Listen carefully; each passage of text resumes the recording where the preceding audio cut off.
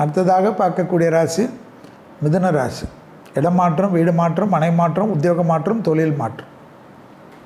வேலைக்கிழமையில் பெருமாள் வழிபாடு, மகான்கள் வழிபாடு அற்புதமான அமைப்பை தரும்.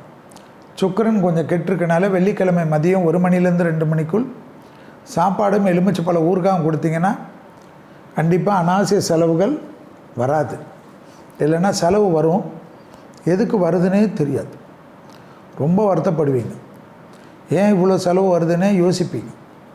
புரியுதா? அதனால் அந்த விஷயத்தில் கொஞ்சம் கவனமாக இருங்க.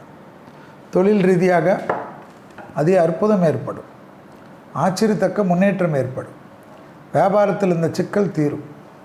யோக பலத்தை அதிகமாக பெறக்கூடிய ராசிக்காரர்கள் மிதுன ராசிக்காரர்கள். இழுபறியாக இருந்த நிலைமைகள் படிப்படியாக மாறுவது கண்கூடாக பார்க்கக்கூடிய நல்ல காலகட்டம். பெற்றோர் பெரியோருடைய அனுகூலம் ஏற்படும். பூர்வீக சொத்தில் இருந்த பிரச்சனை ஒன்று நிவர்த்தி ஏற்படும்.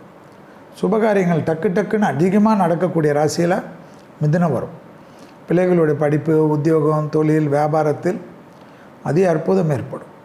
ப்ரெஷர், பிபி, வயிறு சம்மந்தப்பட்ட உபத்திரத்தில் கொஞ்சம் கவனமாக பார்த்துக்கங்க. பிள்ளைகளுடன் கோபதாபம் கூடவே கூடாது. பிள்ளைகளுடன் மனம் விட்டு பேசுங்க. பிள்ளைகளை வண்டி வாகனத்தில் கொஞ்சம் கவனமாக இருக்குமாறு அன்புடன் கேட்டுக்கொள்ளுங்க. பிள்ளைகள் கொஞ்சம் கோபம்தான் படும், இருந்தாலும் நீங்கள் அன்பாக சொன்னீங்கன்னா, அதை நீங்கள் பிரார்த்தனை பண்ணி சொல்கிறதுனால கண்டிப்பாக அவங்க கேட்பாங்க. அவங்கள திட்டாதீங்க, சபிக்காதீங்க. இந்த நேரம் திட்டுறது, சபிப்பதெல்லாம் சுக்கிரன் நீச்சமாக இருக்கிற நேரத்தில் நமக்கு எதிர்மறையான விளைவுகளை ஏற்படுத்தும். விஷ்ணு காயத்ரி கேட்க கேட்க சிக்கல்கள் இல்லாமல் சந்தோஷம் ஏற்படும். மிதுன ராசிக்காரர்களுக்கு எந்த மாற்றம் வந்தாலும் எடுத்துக்கணும். என்னால் போக முடியாது, என் குடும்பத்தை விட்டு பிரிய முடியாது, எனக்கு மனசு சரியில்லை, ஹெல்த்து சரியில்லைன்னு சொல்லக்கூடாது.